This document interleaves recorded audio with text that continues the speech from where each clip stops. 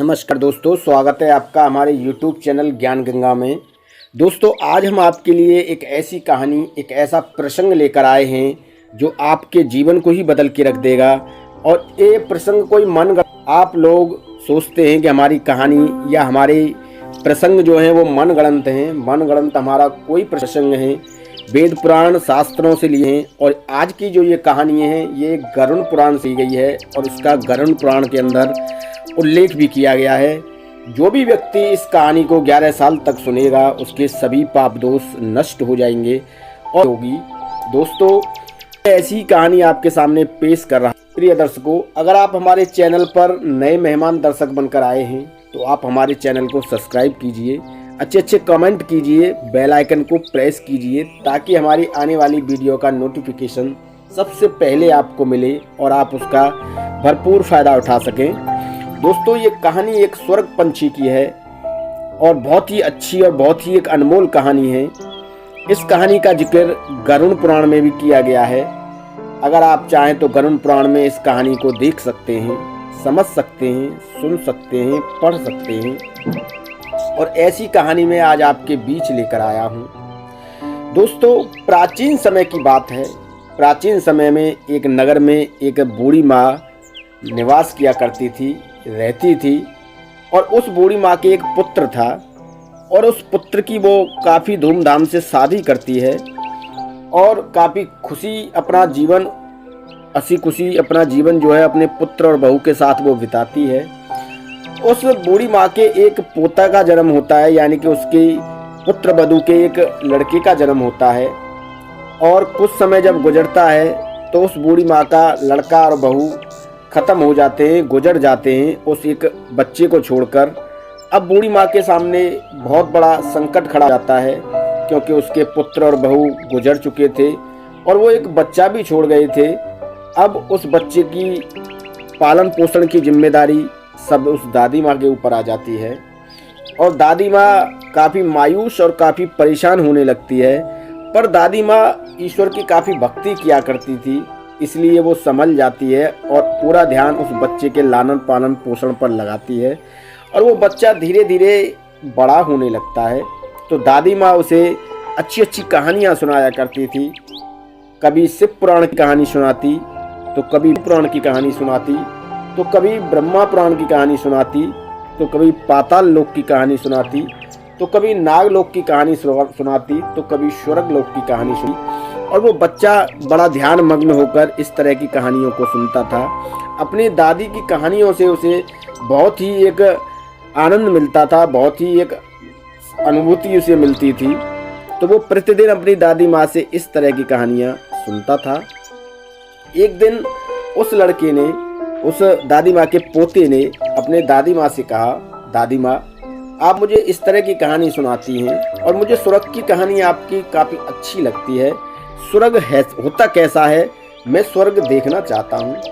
तो दादी माँ ने कहा, चलो ठीक है, हम तुम्हें स्वर्ग दिखा के लाते हैं। दादी माँ उस पोते को एक बगीचे में ले जाती हैं जहाँ पर काफ़ी अच्छे फल थे, वृक्ष थे, पंछी थे, काफ़ी अच्छा माहौल था।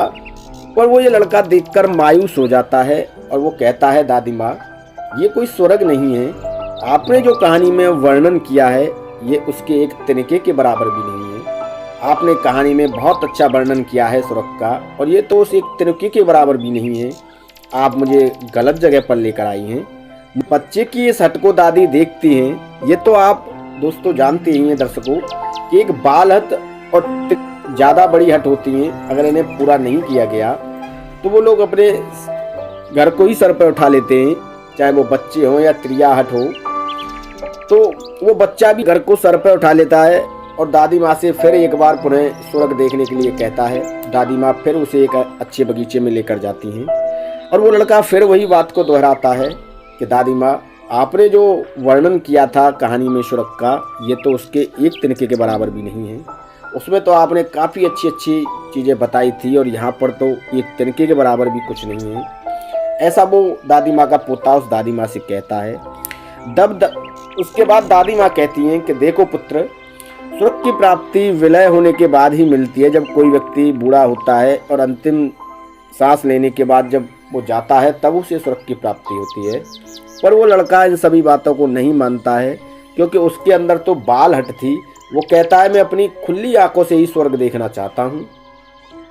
दादी माँ काफ़ी परेशान हो जाती हैं और उसे अपने घर ले आती हैं। जब रात को वो बच्चा अपनी चारपाई पर सो रहा था तो उसके स्वप्न में एक विशालकाय व्यक्ति आते हैं। सोने का मुकुट था उनके चेहरे पर, काफ़ी तेज भी था, जैसे मान लो स्वयं श्री हरि नारायण जी ने ही उसे दर्शन दिए हों। और वो उस बच्चे से कहते हैं कि बच्चे, तुम्हें स्वर्ग की कहानी काफ़ी अच्छी लगती है और तुम स्वर्ग भी देखना चाहते हो। तो वो बच्चा कहता है कि हाँ, मैं स्वर्ग देखना चाहता हूँ। तब वो हरि नारायण के रूप में जो व्यक्ति आए थे वो कहते हैं कि स्वर्ग देखने के लिए मूल्य चुकाना पड़ता है। जैसे कि तुम कहीं मेला देखने जाते हो, वहाँ पर कुछ खरीद कर लाते हो, खेल खिलौने खरीद कर लाते हो, कुछ वस्त्र खरीद कर लाते हो, ठीक इसी तरह वहाँ पर जब तुम मूल्य चुकाते हो तब तुम्हें वो सामान मिलता है। ठीक इसी तरह स्वर्ग देखने के लिए मूल्य चुकाना पड़ता है। तब उस लड़के ने कहा कि आप बताइए मुझे क्या मूल्य चुकाना पड़ेगा। तब उस व्यक्ति ने कहा, जो हरि नारायण जी के रूप में उसके स्वप्न में आए थे, कि देखो स्वर्ग में पैसा जो चलता है वो भलाई का चलता है, दुआओं का चलता है, बद्दुआओं का नहीं चलता है, बुराइयों का नहीं चलता है, इंसानियत का चलता है, दुआओं का चलता है, नेकी का चलता है, भलाई का चलता है। वहाँ पर इस तरीके का पैसा चलता है। और मैं तुम्हें एक डिबिया देता हूँ, और जब ये तुम्हारी डिबिया भर जाएगी पैसों से तब तुम्हें स्वर्ग की प्राप्ति होगी और तुम स्वर्ग देख सकोगे। पर अगर तुमने कोई गलत कार्य किया तो ये डिबिया तुम्हारी कभी नहीं भरेगी और तुम कभी स्वर्ग की प्राप्ति नहीं कर पाओगे और तुम कभी अपनी खुली आंखों से स्वर्ग नहीं देख पाओगे। यह कहते हुए वो व्यक्ति उसके स्वप्न से लापता हो जाते हैं। और जब उस बच्चे की आंखें खुलती हैं तो वो बच्चा उस डिबिया को अपने पास ही रखा हुआ देखता है और वो उस डिबिया को अपने पास ही रखता है। और एक दिन वो दादी माँ उस बच्चे को कहती हैं कि ये एक सोने की मोहर लो और ये अब तुम्हारी है, तुम इसे चाहे जैसे भी खर्च कर सकते हो, मुझे कोई शिकायत नहीं होगी। तुम चाहो तो मेला दिखाओ, तुम चाहो तो किसी को दान कर सकते हो, तुम चाहो तो इसे अपने पास रख सकते हो, तुम चाहो तो कुछ कपड़े ला सकते हो, इससे कुछ भी कर सकते हो। ये बात वो दादी माँ अपने उस पोते से कहती हैं। उनका पोता उस सोने की मोहर को लेकर मेला देखने के लिए निकल जाता है। तो वो वहाँ पर क्या देखता है कि एक व्यक्ति काफ़ी असहाय और काफ़ी मजबूर भिक्षा मांग रहा था और वो उस बच्चे से भिक्षा के लिए कहता है, दान करने के लिए कहता है। तो उसके पास एक सोने की मोहर थी उस बच्चे के पास, पर वो उसे दान नहीं करता है क्योंकि उसे पता था कि मुझे इससे कुछ खरीदना है, मुझे इसे दान नहीं करना है। सामने से उस लड़के के गुरुजी आ रहे थे जो उसे स्कूल में पढ़ाते थे, उसे धर्मार्थ की बातें बताते थे और उन गुरुजी को ये सब बहुत पसंद था कि वो धर्मार्थ करे कोई व्यक्ति या पुण्य करे तो उस व्यक्ति को वो बहुत प्यार करते थे। उनके डर की वजह से वो लड़का उस सोने की मोहर को उस भिक्षुक को दान कर देता है और गुरुजी यह देखकर बहुत खुश होते हैं और उस बच्चे के पास आते हैं और उस बच्चे के सर पर हाथ रखते हैं और कहते हैं, शाबाश बेटा, तुमने बहुत अच्छा धर्म का और पुण्य का काम किया, तुम हमेशा इसी तरीके से धर्म और पुण्य का कार्य करते रहो। यह सुनकर लड़का खुश हो जाता है और वो बच्चा अपने घर आता है और उस डिबिया में देखता है खोलकर, तो उस डिबिया में एक आध सिक्का ही मुश्किल से आया था। वो डिबिया अभी पूरी तरह से नहीं भरी थी। तब जब बच्चा वो रात को सो जाता है तो वो विशालकाय व्यक्ति फिर उसके स्वप्न में आते हैं और कहते हैं कि बच्चे, तुम्हारी डिबिया अभी भरी नहीं है और तुम्हारी डिबिया इसलिए नहीं भरी है कि तुमने जो दान किया था वो अपने गुरुजी के डर से किया था, तुमने अपनी स्वेच्छा से नहीं किया था। और जब तक तुम ये डिबिया अपनी स्वेच्छा से दान धर्म पुण्य नहीं करोगे और भलाई और इंसानियत का काम नहीं करोगे, तब तक ये डिबिया तुम्हारी नहीं भरेगी और तुम स्वर्ग नहीं देख पाओगे अपनी खुली आंखों से। यह कहकर वो अंतर्ध्यान हो जाते हैं और बच्चा जब दूसरे दिन उठता है तो उन्हें उसकी बात याद आती है, हरि नारायण जो उसके सपने में आए थे। अब वो बच्चा अच्छी तरीके से समझ चुका था कि मुझे इस डिबिया को भरने के लिए इंसानियत, नेकी और धर्म और पुण्य का कार्य करना होगा, तभी मैं स्वर्ग को देख सकता हूँ। उससे पहले मुझे स्वर्ग नहीं दिखाई देगा। तो वो बच्चा काफ़ी धर्म और पुण्य का कार्य करने, सोने के सिक्के अर्जित होने लग जाते हैं, यानी कि वो डिबिया भरने लग जाती है। एक दिन वो बच्चा बगीचे में खेल रहा था, तो उसके पास एक लड़की आकर खेलने लग जाती है, उसकी ही उम्र की छोटी सी, और उन दोनों में झगड़ा हो जाता है। तो वो बच्चा उस लड़की की बाल पकड़कर उसे पीट देता है और लड़की रोते हुए अपने घर चली जाती है। और वो बच्चा भी, जो दादी माँ का पोता था, वो भी अपने घर आ जाता है। और आकर वो उस डिबिया को खोलकर देखता है, तो उस डिबिया में से कुछ और सिक्के गायब हो जाते हैं। फिर वो सपने में सोचता है, तो वो विशालकाय व्यक्ति फिर उसके स्वप्न में आते हैं और कहते हैं, देखो तुम्हारी डिबिया बनना शुरू हो चुकी थी, पर तुम्हारे एक गलत काम की वजह से तुम्हारी डिबिया खाली हो चुकी है, क्योंकि तुमने एक लड़की को बेवजह मारा पीटा है, ये गलत कार्य किया है तुमने। अगर तुम इसी तरह गलत कार्य करोगे तो ये तुम्हारी डिबिया कभी नहीं भर पाएगी और तुम कभी स्वर्ग की प्राप्ति नहीं कर पाओगे, कभी तुम स्वर्ग अपनी खुली आंखों से नहीं देख पाओगे। अब वो बच्चा 100% ये कन्फर्म हो चुका था, ये जान चुका था, ये समझ चुका था कि मुझे अब कोई गलत कार्य नहीं करना है, मुझे हमेशा भलाई का ही कार्य करना है, तभी मैं अपनी इस डिबिया को भर सकता हूँ, उससे पहले मेरी ये डिबिया नहीं भर पाएगी। अब वो सभी गलत कार्य छोड़ दिए थे उसने, और सिर्फ धर्म का, पुण्य का और भलाई का और इंसानियत का ही कार्य वो बच्चा करने में लग गया। धीरे धीरे जब समय गुजरता गया तो वो डिबिया सिक्कों से भर जाती है और वो लड़का बहुत खुश होता है कि अब मैं स्वर्ग देख सकता हूँ।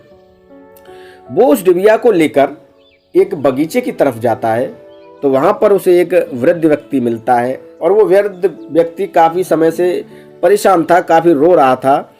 उस बच्चे ने उस वृद्ध व्यक्ति से रोने का कारण पूछा, तो उस वृद्ध व्यक्ति ने कहा कि मैंने स्वर्ग की प्राप्ति के लिए, स्वर्ग देखने के लिए एक सोने की सिक्कों से डिबिया भरी थी, और मैं इस तालाब में नहाने के लिए गया तो कोई मेरी उस डिबिया को ले गया, और वो डिबिया तुम्हारे जैसी थी बिल्कुल। तो उस बच्चे ने कहा, कोई बात नहीं है, मैं अभी बच्चा हूँ, मेरे सामने काफ़ी जीवन पड़ा है, मैं ऐसी 100 डिबिया और भर सकता हूँ, अपने अच्छे कर्मों की वजह से मैं ऐसी 100 डिब्बी और भर सकता हूँ, आप मेरी डिबिया ले लीजिए और स्वर्ग की प्राप्ति कीजिए, स्वर्ग देख कर आइए आप। पर वो वृद्ध व्यक्ति उस बच्चे से मना कर देता है, वो कहता है, नहीं, ये तुम्हारी मेहनत की कमाई है, ये तुमने अपनी मेहनत से भरी है, अपने अच्छे कर्मों से भरी है, तब तुम्हें ये डिबिया की प्राप्ति हुई है, और मैं तो ऐसा तुम्हारे साथ नहीं कर सकता। पर वो बच्चा जिद पर अड़ जाता है, और वो वृद्ध व्यक्ति जो थे उस डिबिया को ले लेते हैं, और उसके सर पर जैसे ही वो हाथ फिरा देते हैं, वो बच्चा और वो वृद्ध व्यक्ति स्वर्ग पहुंच जाते हैं। अपनी खुली आंखों से उन्हें स्वर्ग का दर्शन होता है, और स्वर्ग में जो दर्शन होता है, जो उसकी अनुभूति होती है, वो लड़का अब उस अनुभूति को बयां करता है और कहता है कि दादी माँ ने जैसा स्वर्ग के बारे में बताया था, ये तो उससे लाख गुना भी अच्छा है। दादी माँ ने तो जो वर्णन किया था, इसके मुकाबले एक तिनके के बराबर भी नहीं है। ये तो स्वर्ग काफ़ी अच्छा है, काफ़ी अच्छे फल हैं, काफ़ी अच्छी हवा है, काफ़ी अच्छे पंछी हैं, और यहाँ पर तो बहुत अच्छा लग रहा है मुझे आकर। यह तो काफ़ी अच्छी जगह है और काफ़ी अच्छा माहौल है यहाँ का। वो वृद्ध व्यक्ति और वो बच्चा स्वर्ग का भ्रमण कर रहे थे। अचानक वो वृद्ध व्यक्ति सोना का मुकुट धारण करके अपने श्री हरि नारायण विष्णु भगवान जी के रूप में आ जाते हैं और उस लड़के को साक्षात्कार दर्शन देते हैं। और वो लड़का कहता है, अभी जो वृद्ध व्यक्ति थे वो कहाँ गए, आप तो कोई अवतार लगते हैं। तब उन्होंने कहा, हाँ, मैं वही वृद्ध व्यक्ति हूँ, और मैं तुम्हें धरती से स्वर्ग लोक दिखाने के लिए लाया हूँ, क्योंकि तुम्हारी डिबिया भर चुकी थी और तुम्हारा स्वर्ग देखने का टाइम नज़दीक आ गया था। यहाँ आप स्वर्ग देख सकते हो, यहाँ पर स्वर्ग की अनुभूति कर सकते हो, और तुम पहले ऐसे बच्चे हो जो तुम्हें खुली आंखों से तुमने स्वर्ग को देखा है, यहाँ की हर वातावरण को तुमने महसूस किया है, और अब तुम हमसे जो चाहो वो मांग सकते हो। तो वो बच्चा काफ़ी खुश और काफ़ी प्रसन्न हो जाता है, और वो हरि नारायण जी से कहता है, हे हरि नारायण जी, मैं अब धरती पर जाना चाहता हूँ, पर मैं धरती पर इस रूप में जाना चाहता हूँ कि लोग मुझे देखें तो मुझे स्वर्ग के नाम से जाने कि ये बच्चा स्वर्ग होकर आया है और ये स्वर्ग का वासी है, और इसने खुली आंखों से स्वर्ग को देखा है। तो दोस्तों, विष्णु भगवान उसकी ये बात सुनते ही कहते हैं, ठीक है, तथास्तु, ऐसा ही होगा। इतना कहने के बाद वो बच्चा एक स्वर्ग पंछी के रूप में बदल जाता है और स्वर्ग पंछी के रूप में बदलकर वो धरती पर आकर भ्रमण करने लगता है, निवास करने लगता है। और उस लड़के की इस कृपा की वजह से उसकी दादी माँ को भी स्वर्ग देखने के लिए मिलता है, उसकी दादी माँ को भी स्वर्ग की प्राप्ति होती है। जब उस पंछी को कोई भी व्यक्ति देखता था तो वही निहारता रह जाता और कहता कि ऐसे पंछी तो स्वर्ग में ही देखने के लिए मिलते हैं। दोस्तों, अगर सुबह सुबह ब्रह्म मुहूर्त में कोई भी व्यक्ति इस स्वर्ग पंछी का दर्शन कर ले तो उसके सभी पाप दोष नष्ट हो जाते हैं और उसे भी स्वर्ग की प्राप्ति होती है। और इस कहानी को जो व्यक्ति 11 वर्ष तक निरंतर सुन ले या गरुड़ पुराण में लिखी हुई इस कहानी को 11 वर्ष तक पढ़ ले तो उस व्यक्ति को भी स्वर्ग की प्राप्ति होती है। ऐसा उल्लेख गरुड़ पुराण में किया गया है। दोस्तों, ऐसे पंछी आपको चिड़ियाघर में भी देखने के लिए मिल सकते हैं और किसी अन्य जगह भी देखने के लिए मिल सकते हैं। आप इन स्वर्ग पंछी का दर्शन जरूर कीजिए। जब आप इन स्वर्ग पंछी का दर्शन करेंगे तो आपके समस्त पाप दोष जो है नष्ट हो जाएंगे और तुम्हें एक अलग ही स्वर्ग की अनुभूति प्राप्त होगी और काफ़ी अच्छे अच्छे मंगलिक कार्य आपके जीवन में होंगे। आपका जीवन हमेशा खुशियों से भरा रहेगा। आपके बच्चों पर हमेशा श्री हरि विष्णु नारायण जी की कृपा रहेगी और आप अच्छे अच्छे काम, अच्छे अच्छे व्यापार, नौकरी में भी तरक्की करेंगे। तो दोस्तों, ये कहानी हमें काफ़ी अच्छी प्रेरणा देती है।